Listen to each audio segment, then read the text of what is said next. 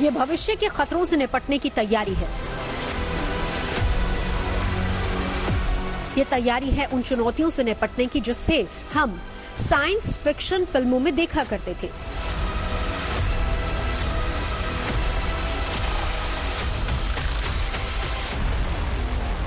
यूं कहें कि भविष्य में युद्ध को लड़ने का तरीका पूरी तरह से बदलने वाला है।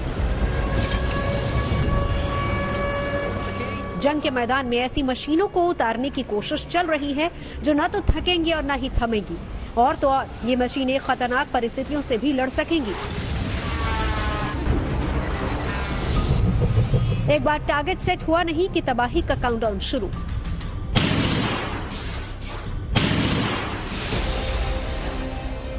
आने वाले वक्त में युद्ध के मैदान में सैनिक कम दिखाई देंगे और उनकी जगह रोबोटिक मशीनें अपना रणकौशल दिखाती नजर आएंगी।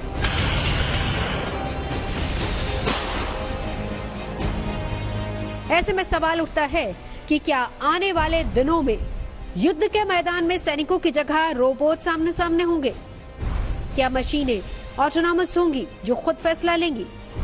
क्या सुपर पावर्स की शक्ति रोबोट आर्मी तय करेगी? मशीनें फैसला ले तो सकती हैं, मगर उसमें एक लिमिट है। हम ये तो मानते हैं कि जो मशीनें हैं वो रेपिटेटिव काम में फैसला ले सकती हैं कि मुझे एक 50 केजी का वजन यहाँ से एक हाइट तक चढ़ाना है, मैं उसे 10 बार चढ़ाऊंगा, सामान ले जा सकते हैं। लेकिन जो एल्गोरिथम है जो मशीन में सेट कर दिया गया है, उस एल्गोरिथम को चेंज नहीं कर सकती। यानी कि एक्शंस ले सकती हैं, सैनिकों के बराबर ले सकती हैं, लेकिन जो बदलाव आता है, जो बदलाव एक आदमी ले सकता है सिचुएशन को देख के, वो पूरी तरह से मशीन नहीं कर पाएंगी। मशीनें असिस्ट तो करेंगी लड़ाई में, लेकिन मशीनें पूरी लड़ाई को कंट्रोल कर लें, ऐसा अनलाइकली।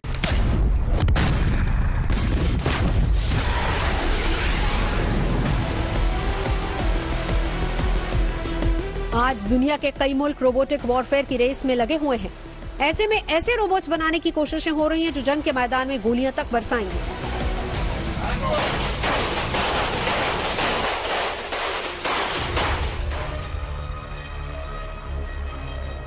तकनीक का बेहतर इस्तेमाल करके भारतीय सेना और भी सशक्त बन रही है और इसने खुद को आधुनिक तकनीक में पूरी तरह से ढाल लिया है। आज की तारीख में भारतीय सेना आत्मनिर्भर भी हो गई है और अपनी इसी तकनीक के जरिए दुश्मन को धूल चटाने के लिए पूरी तरह से तैयार है।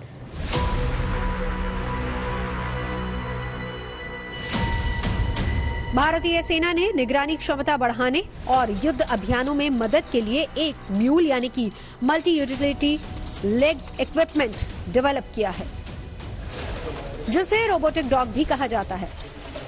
इस रोबोटिक डॉग को अलग अलग हालातों में परखा जा चुका है। रोबोटिक म्यूल को 10 किलोमीटर दूर बैठकर भी ऑपरेट किया जा सकता है। 1 घंटे चार्ज करने के बाद लगातार ये 10 घंटे तक काम कर सकता है।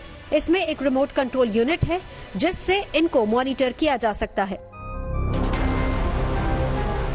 इसकी सबसे बड़ी खासियत इसका डिजाइन है, जिसकी मदद से ये हर बाधा को आसानी से पार कर सकता है। ये रेगिस्तान, ऊबड़ खाबड़ जमीन, ऊंचाई और बर्फीले वाले इलाकों में पूरी तरह से काम करने में सक्षम है। -40 से 55 डिग्री सेल्सियस का तापमान भी इसकी क्षमताओं पर कोई असर नहीं डाल सकता।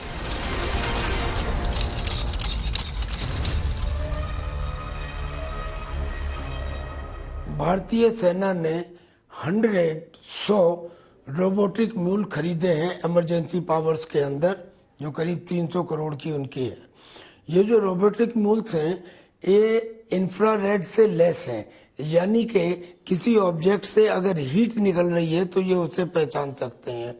ये इलेक्ट्रो ऑप्टिक्स से भी लेस हैं, यानी कि ये पहचान सकते हैं कि ऑप्टिकल यानी कि फिगर को देख के कि कौन है सामने। चूंकि इनमें ये सेंसर्स लगे हुए हैं, इसलिए उन सेंसर्स को 10 किलोमीटर दूर से भी ऑपरेट किया जा सकता है, कंट्रोल किया जा सकता है।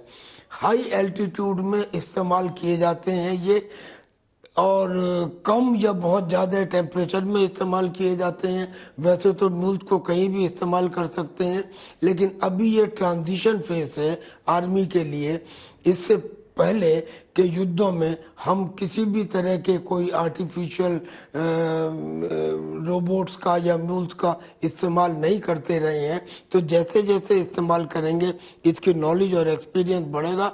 वैसे अगर 100 के म्यूल्स हैं तो उन्हें कंट्रोल करने के लिए मैं समझता हूं, मुझे एग्जैक्टली तो नहीं मालूम है, लेकिन एक सेक्शन यानी कि 11 आदमियों का एक सेक्शन सफिशिएंट होगा। रोबोटिक डॉग में 360 डिग्री घूमने वाला हाई रेजोल्यूशन कैमरा भी लगाया गया है, जिसकी मदद से रात के अंधेरे में छिपे हुए दुश्मन को भी ढूंढ निकाला जाएगा।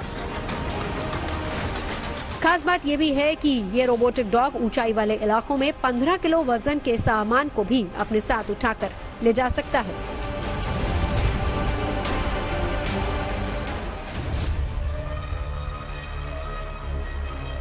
देखिए, रोबोट हो या आदमी हो, किसी भी चीज को जानने के लिए, पहचानने के लिए हमको या तो उसकी फिगर की आवश्यकता होती है, या उसकी ध्वनि की आवश्यकता होती है, या उसकी बॉडी से निकलने वाली हीट वेव्स की आवश्यकता होती है। बस यही उपकरण हैं जो इनके अंदर लगाए जाते हैं।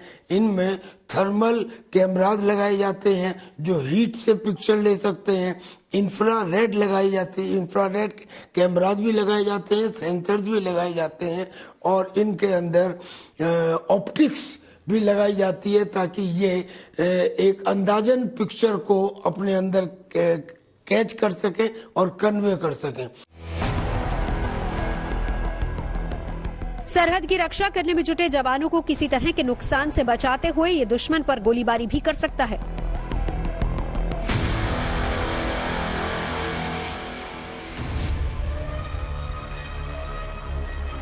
साल 2023 में भारतीय सेना ने अपने सरहदी इलाकों, खासतौर पर ऊंचाई वाले इलाकों में 100 रोबोट्स को तैनात किया था, लेकिन अब ये रोबोट्स पूरी तरह से हमारे सैनिकों की मदद के लिए तैनात हैं और इनको अब ऊंचाई वाले सरहदी इलाकों में सैनिकों के साथ ही तैनात किया जाएगा।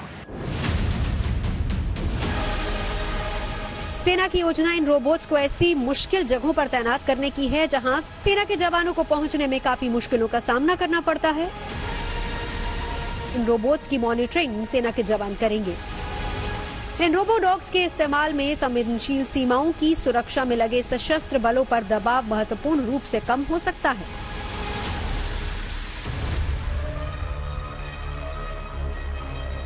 उभरती टेक्नोलॉजी आधुनिक युग में युद्ध में नए आयाम जोड़ रही है। आर्टिफिशियल इंटेलिजेंस उन्हीं में से एक है। अब सबसे ज्यादा आर्टिफिशियल इंटेलिजेंस का फायदा ये होगा कि इस एआई मदद से रोबोट्स दुश्मन और दोस्त में फर्क पहचान पाएंगे, और सबसे ज्यादा फायदा ये होगा कि आतंकी घटनाओं को रोकने में ये बेहद कारगर साबित हो सकते हैं।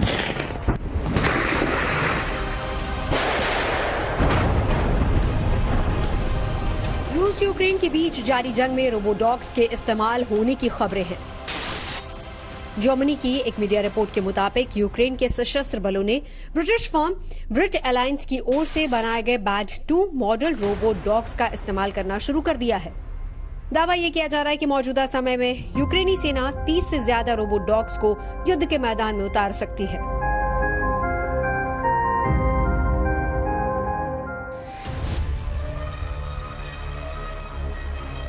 जो उस जगह भी जा सकता है जहां यूएवी यानी कि अनआर्म्ड एरियल व्हीकल नहीं जा सकते, जैसे किसी बंकर के अंदर, या जैसे किसी ब्रोकन ग्राउंड के अंदर, या जैसे किसी सुरंग के अंदर। इसमें एक और कैपेबिलिटी ये ऐड कर दी है जर्मन ने कि उन्होंने इस रोबोट के ऊपर एक स्टेल्थ शीट दे दी है, यानी कि अब ये रोबोट चलता भी है मगर दिखेगा भी नहीं। यूक्रेन को इससे ट्रिमेंडस फायदा हो रहा है और रशिया को ट्रिमेंडस नुकसान। कारण ये है कि इसमें डिस्क्रिमिनेशन नहीं है, यानी कि एक किस्म से जो रोबोट्स होते हैं ऐसी सिचुएशन आ जाती है कि वो एक मिनिएचर मास डिस्ट्रक्शन के वेपन बन जाते हैं। उसमें फिर वैल्यूज या करुणा या क्षमा जैसी चीजें कहीं नहीं रहती हैं बैटलफील्ड के ऊपर, जो एक्चुअल लड़ाई में देखने को मिलती हैं।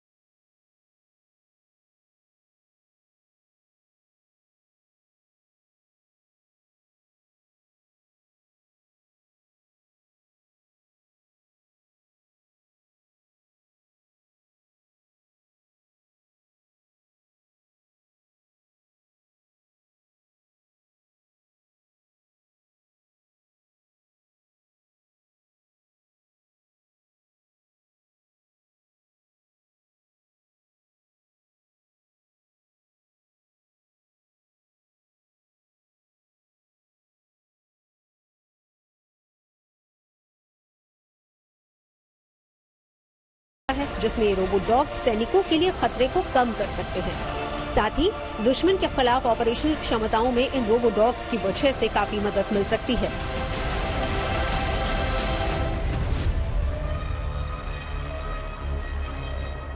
यूक्रेन की सेना में रोबोट कुत्तों का पहली बार इस्तेमाल हुआ है, ऐसा नहीं है। दरअसल 2022 में अमेरिका ने ऐलान किया था कि वो यूक्रेनी सेना को 2 रोबोट डॉग्स दे रही है, जिनका इस्तेमाल खदानों की सफाई और दूसरी जगहों पर भी किया जा सकेगा।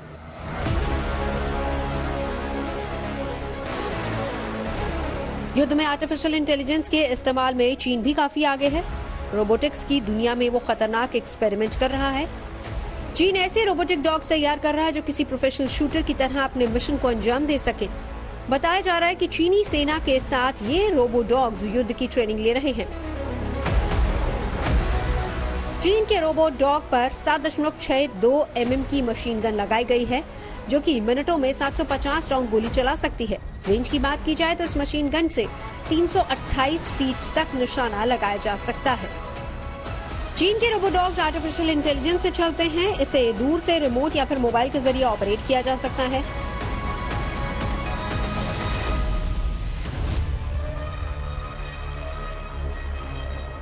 चीन के इस गोलियां चलाने वाले रोबोट डॉग का भविष्य क्या होगा, ये तो बहरहाल आने वाला वक्त ही बताएगा। लेकिन ऐसा भी नहीं है कि चीन ने पहली बार इस तरह के रोबोट्स बनाए हों। चीन पहले भी ऐसा करता आया है। इससे पहले अमेरिका ने रोबोडॉग्स का सैन्य प्रशिक्षण में इस्तेमाल किया था। अमेरिका ने रोबोडॉग्स के पीछे M72 light anti tank weapon launcher को बांधकर उसका टेस्ट किया था। आर्टिफिशियल इंटेलिजेंस की मदद से वो सब कुछ किया जा सकता है जो किसी कल्पना से कम नहीं। इसकी एक मानगी ईरान की राजधानी तेहरान में देखी गई थी। चंद साल पहले ईरान के वैज्ञानिक मोहसिन फखरीजादे की गाड़ियों का काफिला राजधानी तेहरान के बाहरी इलाके से गुजर रहा था। वो ईरान के सबसे वरिष्ठ परमाणु वैज्ञानिक माने जाते थे और सुरक्षा के कड़े पहरे में रहते थे।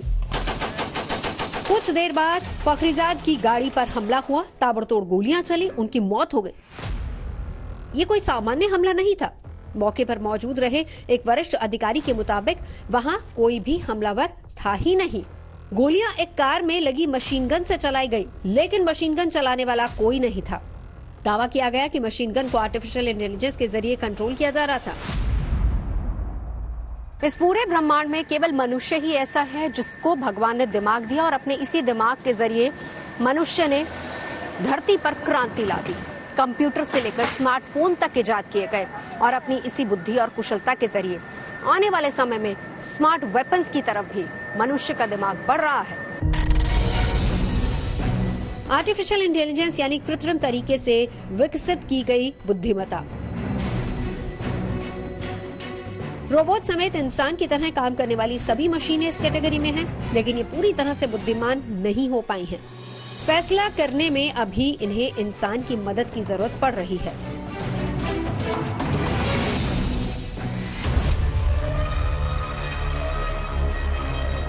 जैसे कि आप एग्जांपल कहिए, जितने भी आपके सर्च मीडिया है, जैसे कि गूगल है, नेटफ्लिक्स है, अमेजोन है, एलेक्सा है, ये सारे के सारे आर्टिफिशियल इंटेलिजेंस से लैस हैं।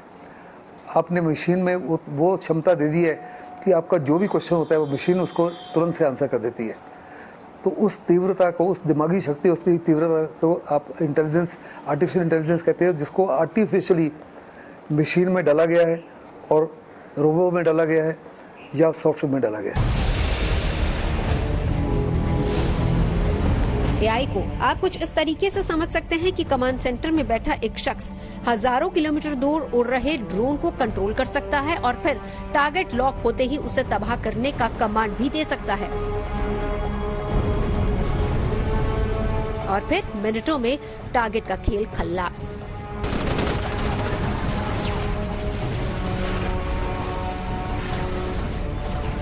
लेकिन क्या हो अगर ड्रोन खुद ही उड़ान भरे, खुद ही टारगेट को लॉक करे और फिर बिना किसी आदेश के उस टारगेट को खाक में मिला दे।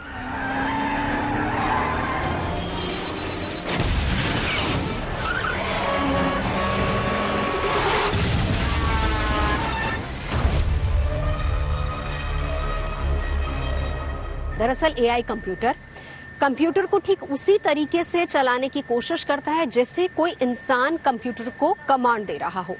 और इसका सबसे बड़ा फायदा ये होता है कि ये दुश्मन की हर हरकत को न सिर्फ पहचान सकता है बल्कि उसके मुताबिक उसे कमांड भी दे सकता है। आज दुनिया के कई मुल्क फ्यूचर वेपन बनाने में जुटे हैं, जिसमें आर्टिफिशियल इंटेलिजेंस को शामिल किया गया है। अनमैन ड्रोन को एआई से लैस किया जा रहा है। अनमैन बोट से लेकर ड्राइवरलेस टैंक तैयार हो रहे हैं जो किसी इंसान की मदद या फिर निर्देश के बिना खुद टारगेट तय करेंगे और खुद ही उन्हें तबाह कर देंगे।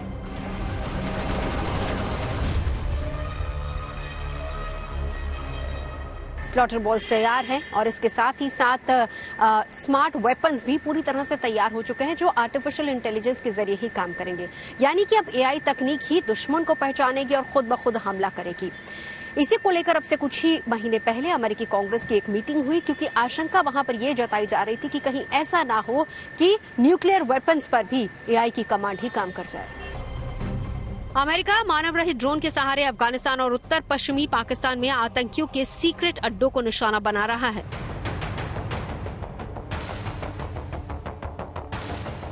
अनमैन ड्रोन आर्टिफिशियल इंटेलिजेंस की मदद से काम करते हैं। ड्रोन की कमांड युद्ध क्षेत्र से दूर कंट्रोल रूम में बैठे व्यक्ति के हाथों में होती है। सैटेलाइट की मदद से ये दोनों आपस में जुड़े रहते हैं। ड्रोन में लगे कैमरे से कंट्रोल रूम में बैठे व्यक्ति को उस जगह की और ड्रोन की पूरी जानकारी मिलती रहती है। कंट्रोल रूम में बैठा व्यक्ति सही समय और सटीक निशाना मिलने पर दुश्मन पर वार करता है और इसकी वजह से जवानों का जोखिम कम होगा।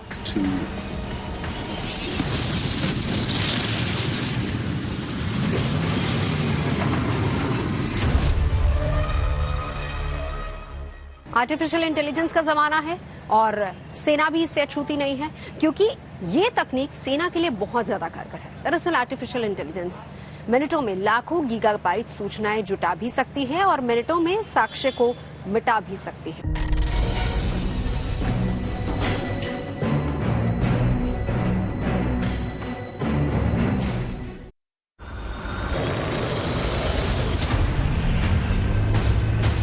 रूस ने यूक्रेन के पूर्वी डोनबास इलाके में एंटी टैंक मिसाइलों से लैस नया अनमैन्ड ग्राउंड व्हीकल उतारा है।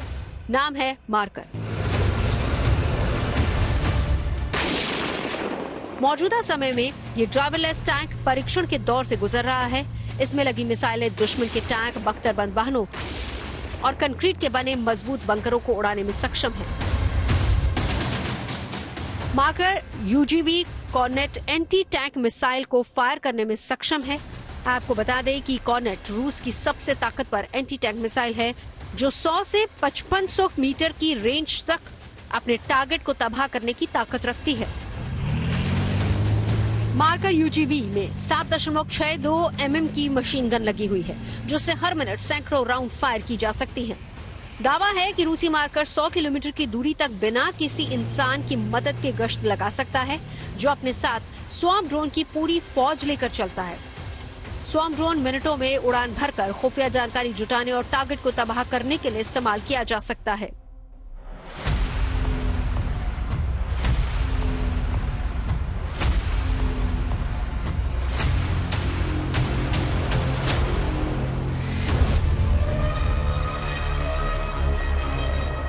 यूरेन 9 के बाद रूसी सेना का एक और रोबोटिक टैंक मार्कर यूजीवी भी पूरी तरह से तैयार है। फिलहाल इसका ट्रायल चल रहा है और अभी तक के ट्रायल में ये पता चला है कि इसे बाहर से किसी भी इंसान की तरफ से कमांड नहीं दी गई है और बहुत ही जल्द ये रूसी सेना का हिस्सा बन सकता है।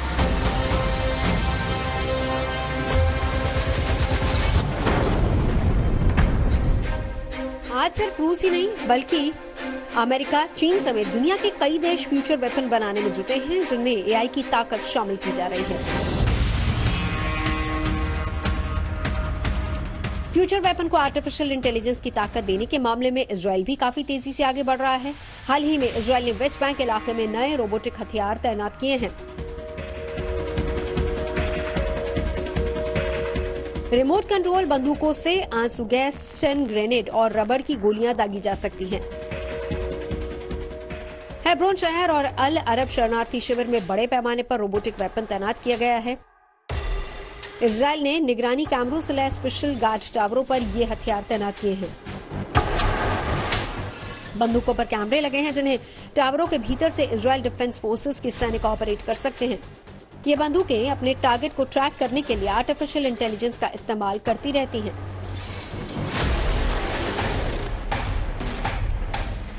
हाल ही में तुर्की ने भी ड्राइवरलेस बोट का परीक्षण कर भविष्य के हथियार की झलक दिखा दी। ये न सिर्फ समुद्री सरहद की निगरानी करेंगे बल्कि जरूरत पड़ने पर बारूदों की बौछार भी कर देंगे।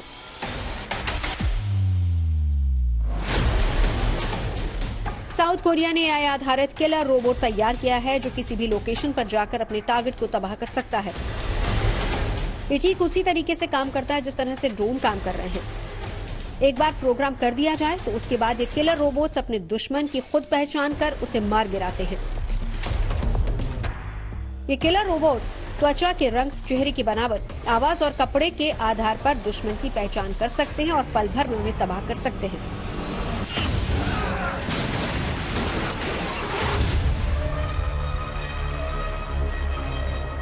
ऑटोनोमस वेपन यानी कि किलर रोबोट्स को और ज्यादा विकसित किया जा रहा है और इसमें तमाम देश आगे हैं। इसका सबसे बड़ा फायदा ये होगा कि रण क्षेत्र में जिस भी सेना के पास ये रोबोट्स होंगे वो सेना रण क्षेत्र में आगे रहेगी। अब इसमें रूस, चीन, अमेरिका, इजराइल, फ्रांस जैसे बड़े बड़े मुल्क अपनी तकनीक को और विकसित कर रहे हैं।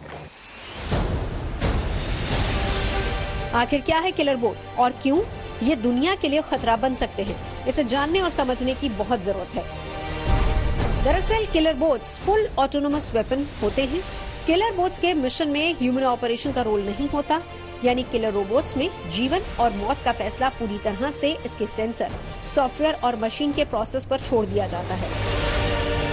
अमेरिकी सेना की नजरें कुछ सालों में अपनी जल, थल और वायुसेना को किलर बोट से लैस करने पर है। वहीं रूस भी किलर रोबोट्स को ध्यान में रखकर न्यूक्लियर हथियारों से लैस सबमरीन विकसित कर रहा है। चीन ने कहा है कि वो किलर रोबोट्स को विकसित करने वाली तकनीक आर्टिफिशियल इंटेलिजेंस का 2030 तक ग्लोबल लीडर होगा।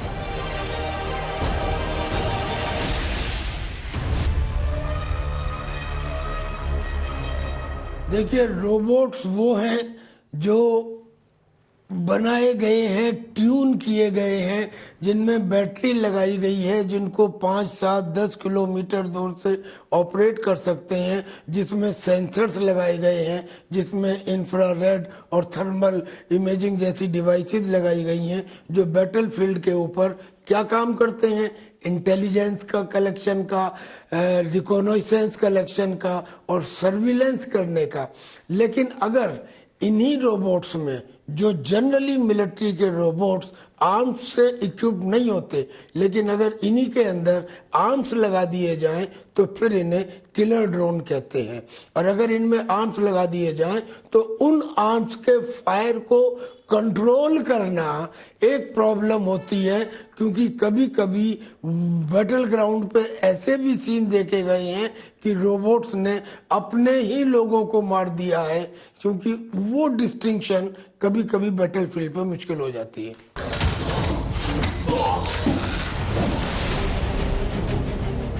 1955 में सबसे पहले जॉन मैकार्थी ने आर्टिफिशियल शब्द का इस्तेमाल किया था। वो एक अमेरिकन कंप्यूटर साइंटिस्ट थे जिन्होंने सबसे पहले इस टेक्नोलॉजी के बारे में 1956 में एक कॉन्फ्रेंस में बताया था। इसीलिए उन्हें फादर ऑफ आर्टिफिशियल इंटेलिजेंस भी कहा जाता है।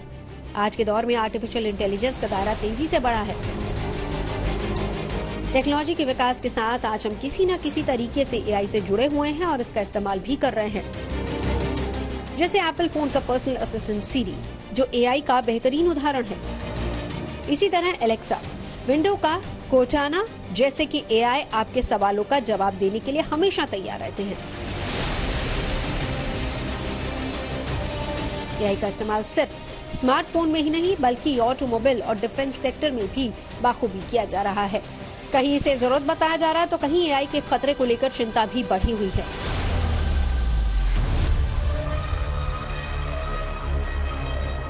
आर्टिफिशियल इंटेलिजेंस से बड़ी अनएम्प्लॉयमेंट बढ़ जाएगी, क्योंकि बहुत सारी जॉब जो आज आप करते हैं वो आर्टिफिशियल इंटेलिजेंस के माध्यम से हो गए। चैटबॉट आने से और कंटेंट राइटर जो है आने से वो सारा का सारा जो भी आपको चाहिए वो सबको सब वो दे देगा, सिर्फ आप अपनी लैंग्वेज थोड़ी इधर उधर चेंज कर सकते हो। सिमिलरली बैंकिंग सिस्टम खत्म हो जाएगा, बहुत सारी और चीज़ें जो खत्म हो जाएंगी वो आर्टिफिशियल इंटेलिजेंस को टेक ओवर कर लेगी। जहाँ तक आर्म फोर्सेस का ताल्लुक है, जैसे कि मैंने पहले कहा कि आपके सेंसर्स, आपके शूटर्स वगैरह में उनकी एक्यूरेसी में बहुत ज़्यादा उछाल आएगा, आपकी क्षमता में, कैपेबिलिटी में, कॉम्पिटेंस में बहुत उछाल आएगा। सबसे बड़ा जो खतरा है जिससे दुनिया काफ़ी ज़्यादा चिंतित है, घबराती है, कि आर्टिफिशियल इंटेलिजेंस जब इतनी बढ़ जाती है कि जब वो इंसान के दिमाग से भी बेहतर कार्रवाई करेगी और इंसान को भी हरा सकती है, तो ये बहुत बड़ा खतरा जो है इंसान और इंसानियत के होगा। वैज्ञानिकों का दावा है कि अगर हम क्वांटम एआई सिस्टम विकसित करते हैं तो ये इंसानी दिमाग के साथ और ज्यादा सटीकता के साथ नकल कर सकता है। एक शोध के मुताबिक मजबूत ब्रेन कंप्यूटर इंटरफेस एक दिन इंसानी दिमाग की भाषा बोलने में सक्षम हो सकता है। एक ऐसी परिस्थिति जिसमें कंप्यूटर हमारी इंद्रियों पर कब्जा कर सकता है और हमारे दिमाग में सीधी इनपुट भेज सकता है।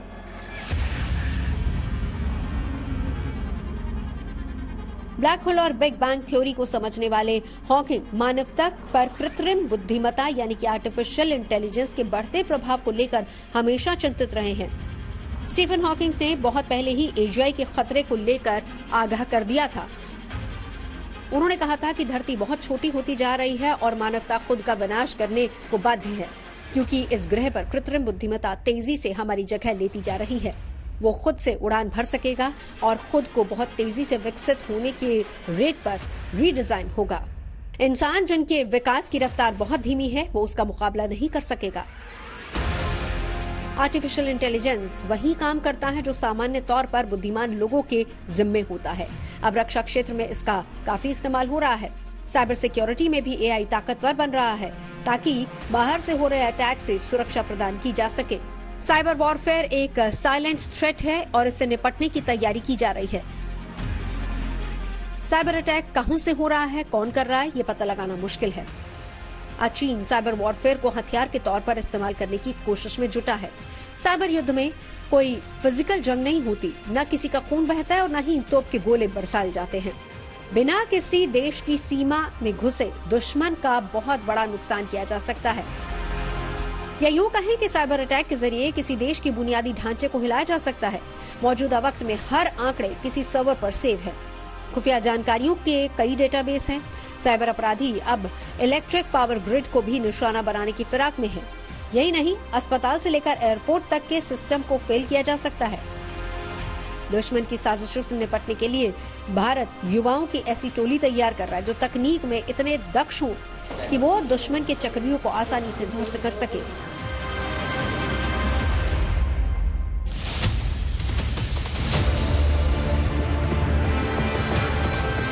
हाल के दिनों में चीन ने अपनी सेना के लिए आर्टिफिशियल इंटेलिजेंस के व्यापक इस्तेमाल के क्षेत्र में भारी निवेश किया है।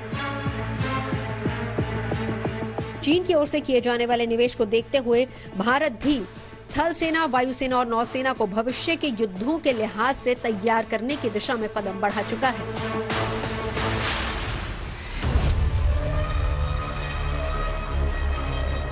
दुनिया टेक्नोलॉजी ड्रिवन है,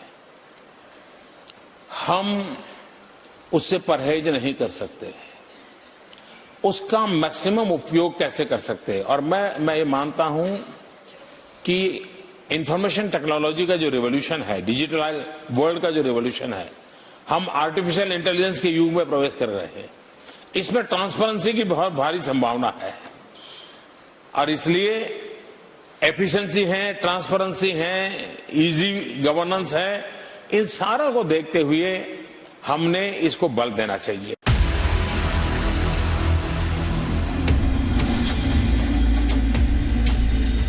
आर्टिफिशियल इंटेलिजेंस और साइबर तकनीक पर आज दुनिया के ज्यादातर देश फोकस कर रहे हैं। इसके लिए रक्षा बजट में अलग से फंड मुहैया कराया जा रहा है। ऐसा इसलिए कि नए दौर में युद्ध का तरीका बदल रहा है। नई तकनीक से जंग की तस्वीर बदलने लगी है। ड्रोन वॉरफेयर, साइबर अटैक और आर्टिफिशियल इंटेलिजेंस चुनौती बनकर सामने आ रहे हैं। लिहाजा भारत समझता है कि भविष्य की चुनौतियां कैसी होंगी।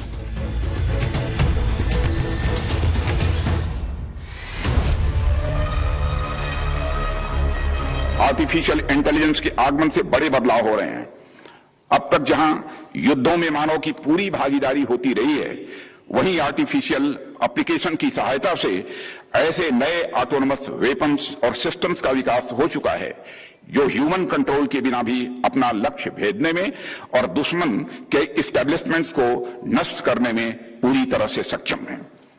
Artificial intelligence enabled military devices बड़ी मात्रा में डाटा को इफिशिएंटली संभालने में भी सक्षम है।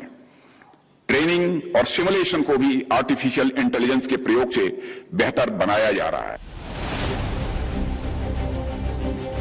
भारतीय सेना के लिए डीआरडीओ और भारत डायनामिक्स लिमिटेड लगातार ऐसे हथियारों और उपकरणों को बना रहे हैं जो एआई तकनीक के जरिए उसके काम को और आसान बना पाएंगे। इंडियन नेवी ने cyber artificial intelligence, big data analytics और दूसरी कटिंग एज टेक्नोलॉजी का जमकर इस्तेमाल किया। नेवी ने अगले 10 साल में अलग अलग साइज और टाइप के ऑटोनॉमस एरियल, सरफेस और अंडर वाटर प्लेटफॉर्म को शामिल करने का प्लान बनाया है। अमेरिका और चीन जैसे देश अनमैन्ड नावों का काफी समय से इस्तेमाल कर रहे हैं। ज्यादा से ज्यादा समय तक सतह और पानी के नीचे रहने की क्षमता वाली ये नावें काफी सस्ती पड़ती हैं। भारतीय नौसेना जल्दी ही सीएमएस यानी कि कॉम्बैट मैनेजमेंट सिस्टम को अपनी नौसेना में टेस्टिंग के लिए शुरुआत करेगी। दरअसल ये एक युद्धपोत का नर्व सिस्टम बनेगा।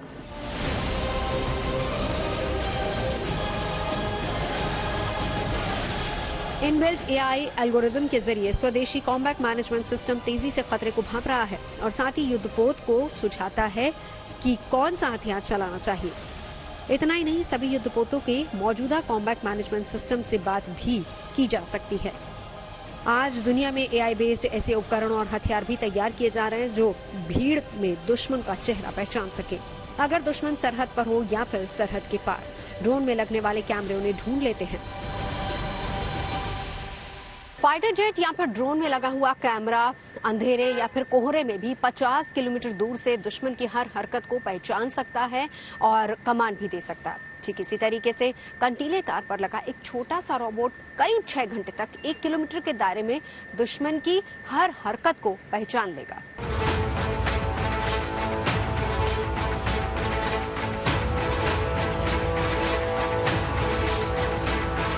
साल 2022 में डिफेंस सेक्टर में आर्टिफिशियल इंटेलिजेंस यानी एआई आधारित 75 सैन्य तकनीक और साजो सामान सेनाओं को सौंपे गए, जिनमें साइलेंट सेंट्री, त्रिशूल रिमोट वेपन सिस्टम और मैंड्रिन ट्रांसलेटर डिवाइस थे।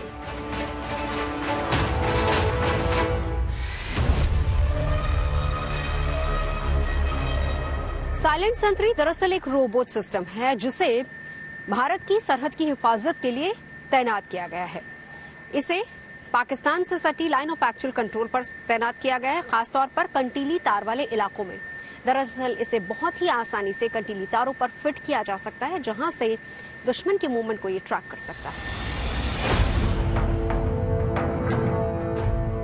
6 घंटे तक इसे 1 किलोमीटर की सीमा पर निगरानी के लिए लगा दिया जाता है और जैसे ही कोई दुश्मन, सैनिक या फिर आतंकी एलओसी पर घुसपैठ करने की हिमाकत करता है, साइलेंट सेंट्री तुरंत कमांड एंड कंट्रोल सेंटर में बैठे सैनिक को अलर्ट कर देता है, जिसके बाद फौरन कार्रवाई की जा सकती है।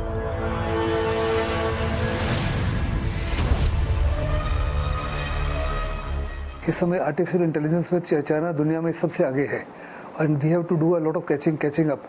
इसलिए बड़ा लाजमी है कि हम भी अपने मशीनों को और अपने रोबोटिक सिस्टम को और अपने सॉफ्टवेयर को उतनी शक्ति दें जिससे वो तमाम उस माफी की कार्रवाई कर सके जिस माफी का हमारा दुश्मन कर रहा है, और उनमें उतनी तीव्रता आ जाए जैसे कि इंसान के दिमाग में हो।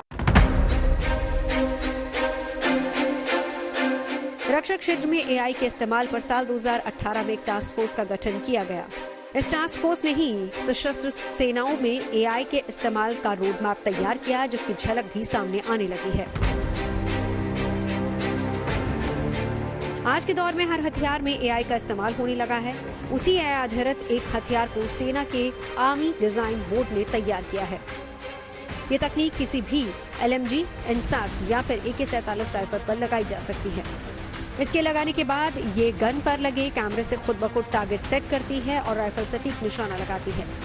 किसी सैनिक को इस गन का ट्रिगर दबाने की जरूरत नहीं होती। इस सिस्टम को नाम दिया गया है त्रिशूल रिमोट वेपन सिस्टम। 300 मीटर की रेंज में किसी भी स्टैटिक टारगेट पर त्रिशूल रिमोट वेपन सिस्टम 100% सटीक निशाना लगा सकता है। अगर टारगेट मूविंग हो तो इसकी एक्यूरेसी रेट 90% है। त्रिशूल रिमोट वेपन सिस्टम को किसी भी मिलिट्री व्हीकल या फिर आर्मी पर्सनल कैरियर के ऊपर भी लगाया जा सकता है। आर्टिफिशियल इंटेलिजेंस के क्षेत्र में भारत जिस तरह से लगा है, उससे चीन और पाकिस्तान से लगी देश की सीमाओं की निगरानी में एआई के इस्तेमाल से संवेदनशील सीमाओं की सुरक्षा में लगे सशस्त्र बलों पर दबाव काफी कम हो सकता है। इस समय दुनिया का सबसे एडवांस नेशन आर्टिफिशियल इंटेलिजेंस में चाइना है और हमने चाइना के साथ कैचअप करना है।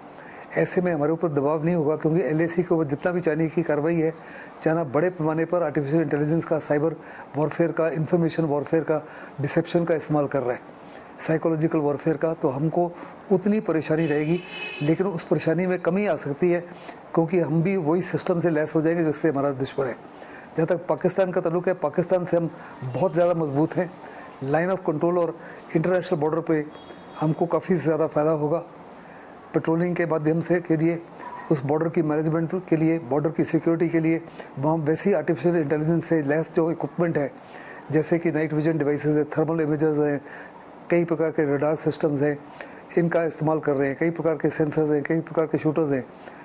लेकिन पाकिस्तान के लिए तो बहुत फ़ायदेमंद होगा, लेकिन चाइना के जहाँ तक ताल्लुक है, we are doing a catching up. Hindustan में सेना के तीनों अंगों में आर्टिफिशियल इंटेलिजेंस की शुरुआत होने से भविष्य की चुनौतियां काफी कम हो जाएंगी।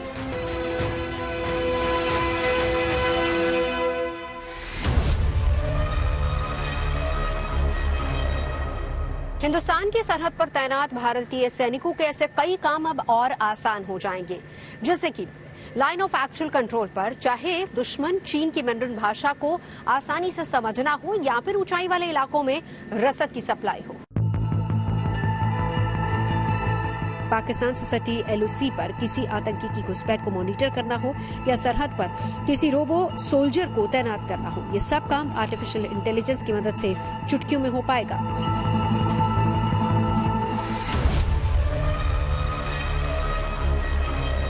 हमारे जो सेंसर्स हैं उनकी क्षमता बढ़ेगी, हमारे जो शूटर्स हैं उनकी सस्ता बढ़ेगी, हमारी जो डिजिटल इनके साथ बैकअप है, हमारे साइबर सिक्योरिटी वगैरह है, हमारे जो मिसाइल की फायरिंग है उनकी एक्यूरेसी बढ़ेगी, हमारी रेडार्स की, हमारे जितने भी सबमरीन्स हैं, जितने भी प्रेडेटर ड्रोन्स हैं, जितने भी क्या कहते हैं प्लानिंग में, लॉजिस्टिक्स में, डिसीजन मेकिंग में हमारी क्षमता में बहुत उछाल आएगा। इससे हमको काफ़ी से ज़्यादा फ़ायदा होगा। लेकिन मैं दोबारा कहना चाहता हूँ कि हमारा दुश्मन जो है उसका बजट हमारे से लगभग 3.5 से 4 गुना ज़्यादा है। वो अमेरिका को सबसे बड़ा दुश्मन मानता है, उसको निगाह में अपनी तैयारी कर रहा है। We have to do a lot of catching up technologically and quantity wise. हमारा जो दुश्मन है हमसे बहुत आगे है।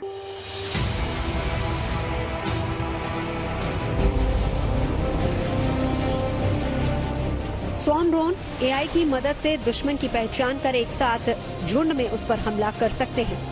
भारत ने स्वॉर्म ड्रोन में 2 किस्म के बम और 2 किस्म के रॉकेट लगाने की तकनीक विकसित की है। स्वॉर्म ड्रोन 50 के झुंड में उड़ेंगे, जिनमें आधे एआई तकनीक वाले कैमरे और बाकी घातक हथियारों से लैस किए जाएंगे। कैमरे वाले ड्रोन पूरे इलाके में दुश्मन की तैयारियों की टोह लेंगे और एआई तकनीक से खुद हमला करने का फैसला करेंगे। हमले की कमान भी किसी कैमरे वाले ड्रोन के हाथ में होगी, जो जरूरत के मुताबिक दूसरे ड्रोन को जिम्मेदारी सौंपेगा।